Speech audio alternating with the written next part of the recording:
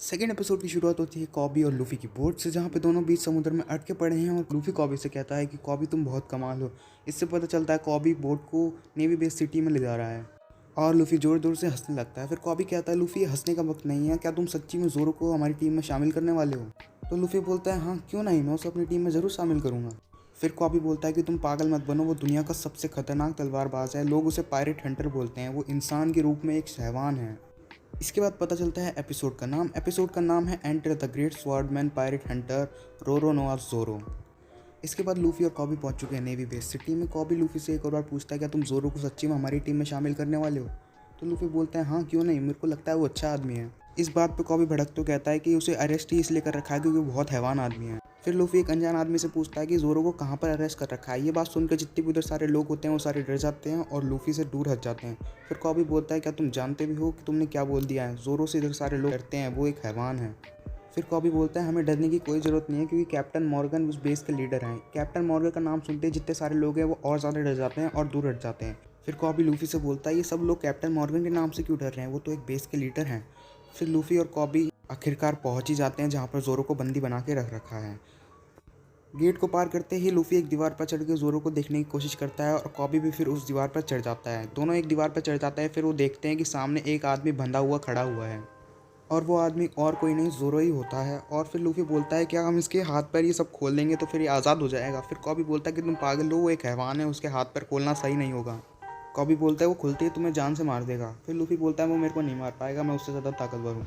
जोरो सब ये सुना और देख रहा होता है और बोलता है कमीनो तुम यहाँ से चले जाओ। इतने में एक छोटी सी बच्ची उस दीवार पर आ जाती है और लूफी और कॉबी उसे देखते रह जाते हैं। वो बच्ची दीवार कूद के जोरो के पास भगती चली जाती है। जैसे ही वो लड़की जोरो के पास पहुंचती है वो जोरो को 2 खाने के लिए राइस बॉल देती है और जोरो सोचता है कि ये बच्ची आखिर है कौन। जोरो गुस्से में आके बोलता है मैं भूखा नहीं हूँ, मैं तुम्हारे पेट पे लात मारूंगा, मेरे पैर खुले हैं एकदम। इतने में वहाँ पे 3 लोग आ जाते हैं। उन 3 ग्रुप का एक लीडर बोलता है तुमसे मिलकर अच्छा लगा जोरो, बड़े एटीट्यूड में, और वो लड़की से राइस केक लेता है और उसे पैर से कुचल देता है। ये सब लड़की देख के बहुत रोने लग जाती है क्योंकि वो राइस केक बड़ी उसने अपनी मेहनत से बनाए हैं और जोरो भी पीछे से ये सब देख रहा होता है कि कैसे उसके राइस केक को पैरों से कुचल दिया गया। फिर वो आदमी कहता है कि बंदी लोगों को खाना खिलाना मना है और तुम्हें जान से मार दिया जाएगा अगर तुमने ऐसा करा। तुम जानते नहीं हो मेरा बाप कौन है, वो इधर का लीडर है। ये सब देखकर कॉबी को पता चलता है कि कैप्टन मॉर्गन का बेटा है ये। और फिर कैप्टन मॉर्गन का बेटा कहता है कि इस बच्ची को फेंक दो उधर से। तो वो कहता है ये छोटी सी बच्ची है। तो बोलता है मेरा ऑर्डर मानो।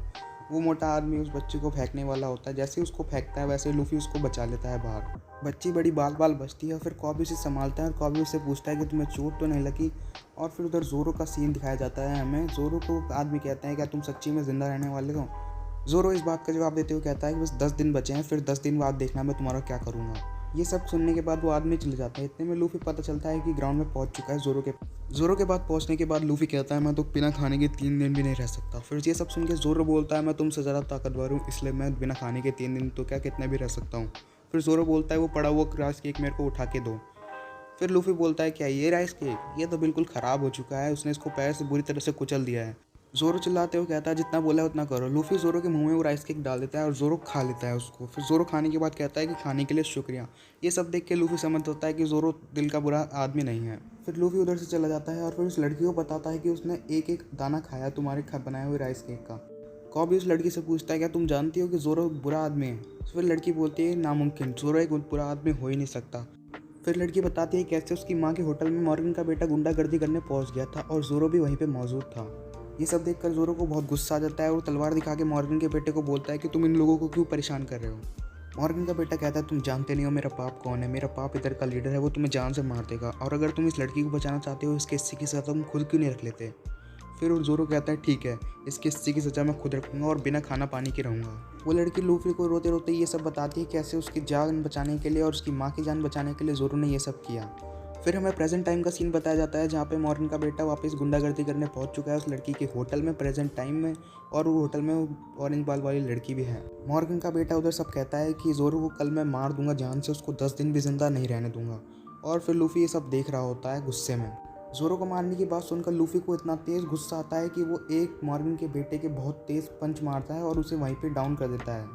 पीछे से कॉबी आता है और लूफी को संभालता है और फिर मॉर्गन का बेटा रोते रोते कहता है कि तुम मेरे बाप को जानते नहीं हो, मैं भी तुम्हें भी मरवा दूंगा उससे कह के। इतने में हमें ज़ोरो का सीन दिखाया जाता है जहाँ पे ज़ोरो बहुत ही दुखी है और अपने पास में जी रहा है, जहाँ पे वो पास में देख रहा है ज़ोरो है और एक है ना नीले बाल वाली लड़की है। वो दोनों तलवारबाजी कर रहे हैं और हमेशा की तरह नीले वाली लड़की ज़ोरो को हरा देती है और ज़ोरो से बोलती है कि तुम्हें और ताकतवर बनने की ज़रूरत है। अपनी ये पुरानी बातों को याद करके ज़ोरो बहुत ही दुखी हो जाता है और अचानक से एकदम खुश हो जाता है और बोलता है मैं यहाँ पे नहीं मर सकता। अचानक से ग्राउंड में वापस लूफी आ जाता है और ज़ोरो बोलता है तुम वापस कैसे आ गए। ज़ोरो बोलता है तुम्हारे पास आखिर में कितना फ्री टाइम है। फिर लूफी बोलता है मैंने डिसाइड कर लिया है कि तुम मेरे क्रू में भर्ती हो रहे हो, मैं तुम्हें अपने क्रू में भर्ती करूँगा।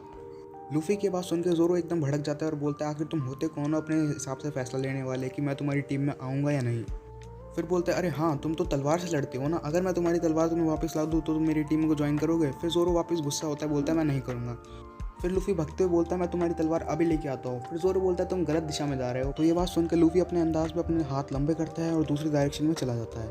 ये सब देख के ज़ोरो हैरान हो जाता है कि आखिर ये इंसान भी है या क्या है। इसके बाद नेवी बेस का सीन दिखाया जाता है जहाँ पे एक स्टैचू को रस्सियों से उठाया जा रहा है। उसके बाद मॉर्गन का बेटा चिल्लाते हुए आता है कि एक बंदे ने मेरे पे हाथ उठाया। मॉर्गन का बाप इसको सुन के बहुत गुस्सा होता है, बोलता है कि तुम पिटने लायक ही हो। फिर मॉर्गन का बाप बोलता है मैं उम्मीद करता हूँ तुमने उस छोटी बच्ची को मार दिया होगा। फिर मॉर्गन का बेटा बोलता है क्या तुम पागल हो गए, वो छोटी सी बच्ची को मार के सिर पे पाप कौन लेना चाहेगा। फिर मॉर्गन का बाप अपने सैनिकों को ऑर्डर देता है और बोलता है वो छोटी सी बच्ची को जल्दी से मार के आओ। फिर लूफी को दिखाया जाता है जो ज़ोरो की तलवार ढूंढते ढूंढते यहाँ तक पहुँच गया। लूफी अपने हाथ लंबे करता है और बेस की छत पे पहुँचा देता है। लूफी फिर गम गम करता है और थोड़ा ज़्यादा जोर लगा देता है, इसलिए वो हवा में उड़ जाता है। लूफी को ऐसे हवा में उड़ते देखते उधर जितने भी सारे लोग और सैनिक होते हैं वो सारे हैरान हो जाते हैं, बोलते हैं ये कहाँ से आ गया। लूफी की वजह से उस स्टैचू का दूसरा हिस्सा पूरी तरह से टूट जाता है और तबाही मच जाती है। और फिर लूफी उसको देख के बड़े परेशान होता है और बेस के लीडर को बोलता है सॉरी। ये सब देखकर और ये सब सुनकर और लूफी का सॉरी सुनकर जो मॉर्गन का बाप जो कि बेस का लीडर है वो बड़ा गुस्से में जाता है और उस लूफी को मारने का ऐलान देता है। इतने में लूफी उसको ढूंढ लेता है मॉर्गन के बेटे को और बोलता है मेरे साथ चलो और ज़ोरो की तलवार बताओ कहाँ पर रखी है। और लूफी मॉर्गन के बेटे को लेकर वहाँ से भाग जाता है। दूसरा सीन हमें दिखाया जाता है वो ऑरेंज बाल वाली लड़की का जो जांच पड़ताल कर रही है और जासूसी कर रही है। फिर हमें सीन दिखाया जाता है ज़ोरो का, जहाँ पे कॉबी ज़ोरो को खोल रहा है और बोल रहा है कि लूफी तुम्हारी जान बचा रहा है और तुम्हें भी लूफी की जान बचानी चाहिए क्योंकि वो बहुत ही अच्छा आदमी है। कॉबी ज़ोरो से बोलता है कि तुम्हारे लिए लूफी ने नेवी को अपना दुश्मन बना लिया और नेवी वाले लूफी के पीछे पड़े हैं।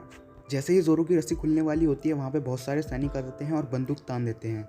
दूसरा सीन हमें दिखाया जाता है मॉर्गन के बेटे के कमरे का, जहाँ पे लूफी मॉर्गन को मारते मारते उसके कमरे में ले आया है और मॉर्गन से पूछता है कि ज़ोरो की तलवार इसमें से कौन सी है। इतने में हमें दूसरा सीन दिखाया जाता है जहाँ की सैनिक अभी भी ज़ोरो पे बंदूकें तान के खड़े हैं और ज़ोरो और कॉबी बड़ी मुश्किल से उधर बच भी नहीं पा रहे हैं। और फिर मॉर्गन भी वहाँ पे आ जाता है। फिर ज़ोरो मन ही मन सोचता है कि मैं यहाँ पे नहीं मर सकता क्योंकि ज़ोरो ने एक लड़की से प्रॉमिस कराई। वो लड़की कौन है यहाँ पे वो तो नहीं बताया, पर उस लड़की के बाल नीले हैं। फिर ज़ोरो सोचता है मैं यहाँ पे नहीं मर सकता। वो लड़की ज़ोरो को मन ही मन बोलती है कि तुम अभी भी कमज़ोर हो ज़ोरो।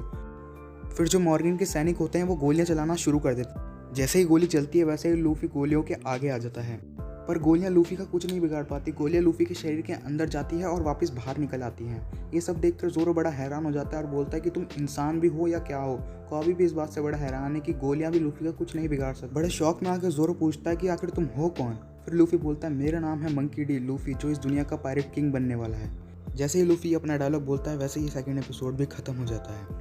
जाते जाते इस वीडियो पे एक लाइक दे जाना जिससे मेरे को अच्छा लगेगा। अगर आपको वीडियो में कुछ इंप्रूवमेंट करवानी है अगली बार से तो कमेंट सेक्शन में आप बता सकते हैं। और अगर आपने मेरे चैनल को सब्सक्राइब नहीं किया है तो आप आराम से कर सकते हैं 2-3 एपिसोड देखने के बाद। तब तक के लिए बाय।